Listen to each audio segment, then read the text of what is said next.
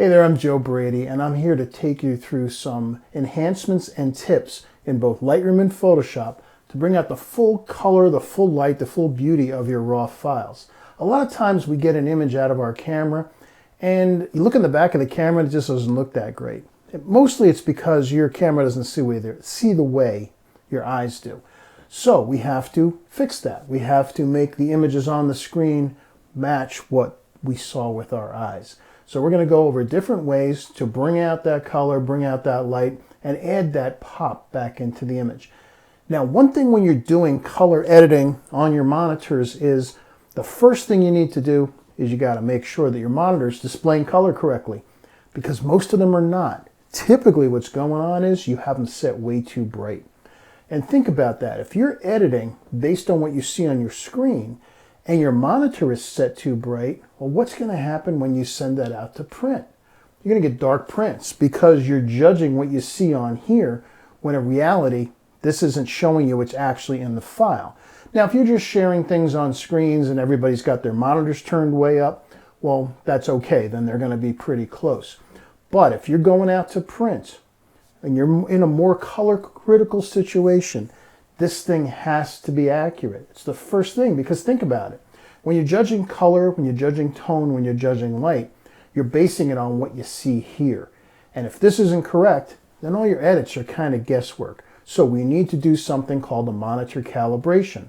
Now I've got a new device, a new system here from X-Rite. This is the X-Rite i1 Display Studio. This is a colorimeter system that will make easy work of making your monitor perform to the best of its ability. Now you might see here that I have a 2-monitor system. You can calibrate both of them. So you just tell the software which monitor you want to calibrate. After you do that, will they match exactly? Actually, no. Unless they're exactly the same monitor and they're relatively expensive or relatively more higher end monitors. Why is that? Well, everything is constructed differently. If you have 2 of the exact same model of monitor, yeah, okay, then it's going to match pretty closely. But when you have 2 different brands, 2 different levels of monitor, chances are your $800 monitor is going to have trouble matching your $200 monitor, nor would you want to. You want to go with the $800 one. In this case, I've got 2 pretty good monitors here, so I can calibrate both of them, but again, subject for another day. We're not here really to spend all our time talking about calibration, but just how important it is that what you see on here is correct. Here's the device I'm going to be using. I mentioned this is the new X-Rite i1 Display Studio, and you got to do this. This isn't optional if you're going to be doing your own printing, because what's going to happen is you're going to waste a lot of time printing. If you're printing on your own printer, you're going to go through a handful of prints before you get the one you want. That's expensive and time consuming. 2, if you're sending out to a lab, then you're going to get prints back that you're not really happy with. So look right here. I'm going to calibrate my monitor. Okay, you got that? All right. I'm not going to do a full demo on this. I will show you how it works and what it does, and we'll just cut to the chase. But once this is done, then we know that the monitor is displaying color to the best of its ability. So before we do our color editing, our light editing, our tonal editing, let's take a look at what we can do to get our monitor calibrated. Now this is the i1 Studio software. I have the i1 Display Studio in my hand, and this works with a couple of different devices. So it's asking first which one you have. So let's go ahead and click that, and we're going to calibrate the display. Now notice it does see that I have 2 monitors here. And if you're not sure, if you click on here, you see all these options and you have no idea what it is, guess what? Just go with what it picked. It's probably pretty close. Now we're going to go photo. And then you have these other defaults. In general, again, the defaults are going to be correct. D65 is where you want to be. There's some people that have said, well, you're doing prints, you should be at 5000K, not 6500K. They're wrong. So go with that. As far as luminance goes, 120 is about as high as you ever want to be. And it kind of depends on the environment you're in. Anything above 120, your blacks and your shadows are going to starting to look a little unnaturally light. Lower is better. It all depends on how dim the working environment you have is. If you're in a room that you typically keep dimmer, then I would go 80 or 100. But 120 is a default standard, so we can go for that. Tonal response curve 2.2, you want to stick with there. Flare correct has to do with glare coming off the monitor. We're not going to worry about that. We're just going to keep this nice and simple. So just follow the buttons. So on the bottom right, we have next. We want to make this thing just simple as can be. So we click on start the measurement process, and then it's going to tell us do this to the device. There's a little cover over top of the lens. You just flip that over, and then it tells you hang it from the monitor, and just make sure that your monitor has a little bit of a tilt to it. By the way, you do not have to dim the room lights for this because the device itself, the colorimeter, is flush up against the screen, so you don't have to be in a dark room. So I've got the device hanging in the middle of the monitor. I just click on next, and off it goes. So this part is not particularly exciting to watch. We'll just let it go and do its thing, and then I will come back at the end. So here we see after it's gone and adjusted for the brightness, it is showing that my monitor is set at 104, not 120. So I can bring the brightness up a little bit. Let's see what one click on the brightness, yeah, brings me right up to 121. That was lucky. You don't have to be exactly on. If the best you can get it is within 10 or 15 points, that's fine. Just do that. So then I'll hit next, and then it will go ahead and do its color profile calibration. I'm going to get coffee while this is doing its thing. All right, so it's done the measurement of all the color patches. We take the device off of the screen, click on next, and you can see this is actually showing before and after patches of what was seen before and what happened after the calibration.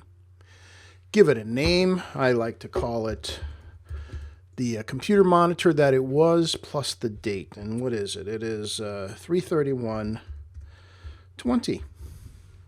Now, there's two different versions. There's version 2 and there's version 4 of these profiles. Version 4 is more updated, technically a little bit better. However, if you have any older softwares on your system, version 2 is a little bit more compatible. So I'm just going to leave it there. You can set a profile reminder. I'm not going to, we'll leave it for 4 weeks. This is a relatively new computer. How often should you calibrate? Depends on the age of your monitor. If you have a relatively new monitor, once a month is great. However, for me, if I'm about to send a whole bunch of prints out to the lab and I want to do a final color check, visual check on them, then I will do a profile right before that so I know I'm seeing the best color possible on the screen.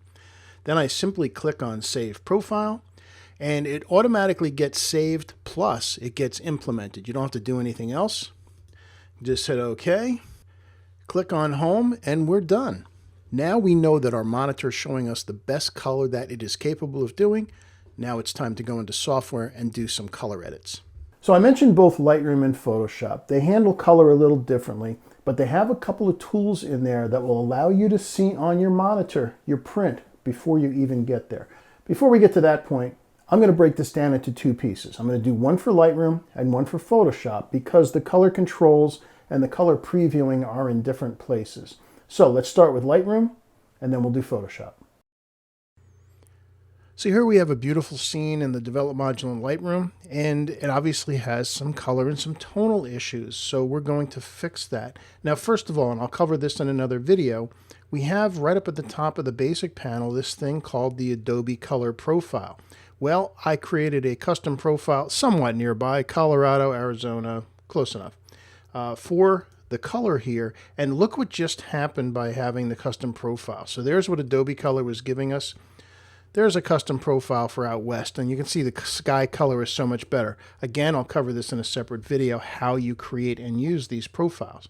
So now let's take a look at the rest of the tone. Well, first of all, the shadows are obviously dark. Let's bring those all the way up. Let's take a look at the histogram also. We can see the image is slightly underexposed, because even though there are white puffy clouds here, there's nothing over on this far edge of the histogram. So let's bring up the exposure a bit to get those a little bit closer. Now the image on the screen does look like it's going a little extra light, but we're going to need that because we're going to need to make some further adjustments. I'm going to bring down the highlights a little bit. That looks a little better. And now we're going to come down to the presence panel. So I'm going to add some texture. I'm going to be close to halfway up. We'll add about half as much clarity. Oh, that's looking a lot better already. And then we'll add some saturation. And there we go. Like it. And vibrance. Now, vibrance is saturation increase just for cool and desaturated colors. So in this particular image, that would mean the greens and the blues. So let's add a little bit more to that. So that I can keep a quick running commentary on where we start and where we finish, I'm going to create a virtual copy of this, which is Command or Control apostrophe, so that we can flip back and forth and even show them on the screen at the same time. Okay, so our virtual copy has been created, and what I'm going to do is I'm actually going to reset that, so take it right back to where we started. And if I hold down the Shift key or the Command key and select both of these, I can then hit the C key. So you see them side by side, the before and after. If I want to get rid of the side panels, I can hit Shift Tab.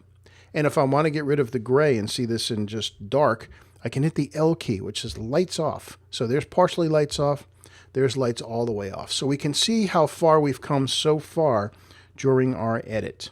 What else does it need? It needs a little bit of contrast. And also, when you do a lot of extreme edits on color, sometimes certain colors seem to shift a little bit. So we're going to jump down here to HSL, which is Hue, Saturation, Luminance, and I'm going to change both the hue and the luminance of the blue sky. So I'm going to click on Hue here, click on this Targeted Adjustment tool, and I'm going to click in here, and if I push up, I can make the sky purple or cyan, and I want to add probably about 12 points or so of blue to give it that more southwestern blue. Great. And if I decide I want to make it a little darker, I can come to luminance and maybe bring that down a bit. That looks great. Now also the red mountains, I remember them being a little bit more red than that. So I'm going to click on saturation and get our tool and come right into one of the red spots on the peaks. And I'm going to push up on the saturation on that. So again, that quickly we've gone from here to here. All right, so now we're going to do something else. We're going to do one of the great color things that Lightroom has available to it. We're going to come back up to the basic panel and open that up, because right down here on the bottom, notice there's this thing called soft proofing. So I'm going to click on there, and this is going to allow us to see what a print's going to look like before we even have it printed. Now, personally, I don't like the white background. It influences your feelings about the color. So if you hit Control or right click in here, you then get a menu where you can change it from anywhere from black to white. I'm going to go with the dark gray. I feel that gives you the best representation of the color. So as we come up here, notice that underneath the histogram has changed. We have a whole bunch of different settings, and we have this Create Proof Copy. So the profile here is, where do you intend on sending this image? If you're going to send it to a lab, they're going to want either Adobe RGB or sRGB. Depends on what kind of printer it's being printed on. If it's a conventional photo printer, they're going to probably ask you for sRGB. If it's going to go out to maybe a large format inkjet printer, then Adobe RGB. Notice there is another, we're not going to go there right now, that has to do with custom paper profiles. If you're printing for yourself, we're going to prepare this particular file for sending out to the lab. This is probably going to end up as a large format print, so let's leave it as Adobe RGB. Now we can click on here, perceptual versus relative, to see if there's a difference, and in this case, no. But up on the histogram, you have a monitor icon and a paper icon. Oh, now we've got some stuff going on. So let me turn this one off. The monitor icon means these are the colors that the monitor cannot accurately show you. And as we zoom in, you can see there's some of these dark greens. If I turn this on and off, it's actually kind of a lighter green, that the monitor can't show you. So this is telling you that the monitor is not actually showing you the exact color. Now, you can't actually do much to fix it, but it's a warning that those colors are going to change a little bit. Now this one, the red one, is telling you those are colors that are out of gamut for this color space. It's beyond Adobe RGB. So what are your choices here? Well, you could come down to Use Saturation Luminance again, get the Targeted Adjustment tool. Let's see what happens if we bring down the saturation. I'm going to put it right over where this red is. As we push down, oh, look at that. It was a saturation issue. So these red areas are showing, these are colors that are beyond the Adobe RGB profile. These images are actually captured in Pro Photo RGB, which is a bigger color. So what is the answer? Do we need to concern ourselves with it? Well, you can try to adjust, but it's just a warning that some of these colors, particularly some of those particular greens, are going to shift a bit. They're not going to be quite as intense here. So that is something to consider when doing your edit. Now, before we go any further and actually make adjustments, let's actually create a virtual copy called a proof copy. And that's going to have all of the settings that we make these adjustments for our print. So let's go down to the tone curve and add some contrast to this image. I'm going to darken this up. So if I click on here and push down, notice that those foreground greens are getting a little more pop. They're getting more contrast to them. And conversely, I can come up into the light greens and push up to brighten those up. The sky, you can see where the sky shows up on here. Maybe I want to darken the sky a little bit, just a little bit. So we've got this kind of curve going on now, which has increased the contrast of the image. And I think that's looking a lot better for our print. As I look at this, and since we are looking at a proof copy, which is showing us the image directly through the Adobe RGB profile, maybe I want to add a little bit of saturation to the sky. So let's go back to use saturation luminance, click our tool, and I'm going to click in the sky and push up, and that makes that a little darker. Now I really want to focus the viewer on the middle of the image, on all these beautiful peaks here. So we're going to do a graduated, or a radial filter rather, and I'm going to click and drag across the entire image here, and I want to get this kind of entire middle. Now if I hit the O key, which is the overlay down here, hit the O key, it's showing me, well, it's giving me everything but what I want. So I have to come down below the panel and click on invert, and that's showing me that's what's going to be affected. We may or may not decide to get the sky out of here. Let's see how we look before we do that. So I'm going to click off the overlay and just increase the exposure a little bit. And maybe add a little bit more clarity in there as well. So we'll put a little more contrast in there. And that's a little too much. So let's bring that back down just a little bit. Okay, let's hit done. And let's go full screen. And that is a beautiful image. That deserves to go on the wall. I do see one last thing here. I can see a car or two in the parking lot in this lower left. So let's just go ahead and cheat a little bit. We're going to get rid of the car. It's this little back of this black car here doesn't bother me as much. It's the red and white ones that just become a visual distraction. So I'm going to get the spot removal tool, make it just a little bigger than the cars. I'm going to change this from clone to heal, and let's just drag across that, and it finds a beautiful spot. And while we're at it, heck, let's get rid of the black car. Oh, and there's a wrong way sign right there, a little red sign. We'll get rid of that as well. It looks a lot better. All right, now let's go full screen with the F key, and now I think we have an image ready for printing. So again, one last time, if I go full screen, there's where our edit is now. That's the image we started with. So now we've got beautiful color, we've got an image that draws you in, and something really ready to be printed. Okay, so now we know our image is the way we want it to print. And by the way, if you look down here at the image title, you see this Adobe RGB relative, which is the proof copy. So now we can export just this file. So I'll click on export, and I'm going to put it in a particular folder. I typically have a folder on my computer called For the Lab. So I do have a folder here called For Printing, and I'm going to create I'm going to choose that. I'm going to create a subfolder for that. So I want to go to the For Printing, and then I'm going to put my dates on it so I know these are the images I want to send. I'm going to put it in a subfolder, and I'm going to say color prints for the lab. I'm not going to rename it. Image format. So we have JPEG, PSD, TIFF, etc. This is something you ask your lab. They're either going to want a JPEG or a TIFF. For a first generation file, really a JPEG is not going to hurt anything. I'll make it a JPEG. And what color space do they want it in? Well, we've already proofed this to Adobe RGB, so that's the space we want it into. I don't want it to resize. I don't want any output sharpening. None of that matters because the printer is going to print it depending on the size that we place the order for. So that's something you can't get in trouble with. Don't mess with this. Don't worry about this resolution number. It has nothing to do with what you're doing. And let's just click on Export. So I can actually tab over to my desktop. So on my desktop, there's my for printing folder. And here's the color prints for the lab. And here's the image. I probably should have given it a name. But if I hit the space bar on my Mac, I can bring up a kind of a thumbnail of this, and it will show me the image that is sitting there waiting to be sent up to the lab. And there we go. There's our image waiting to be printed. And since I am working on a calibrated system, I know that this is the print I'm going to get back from the lab.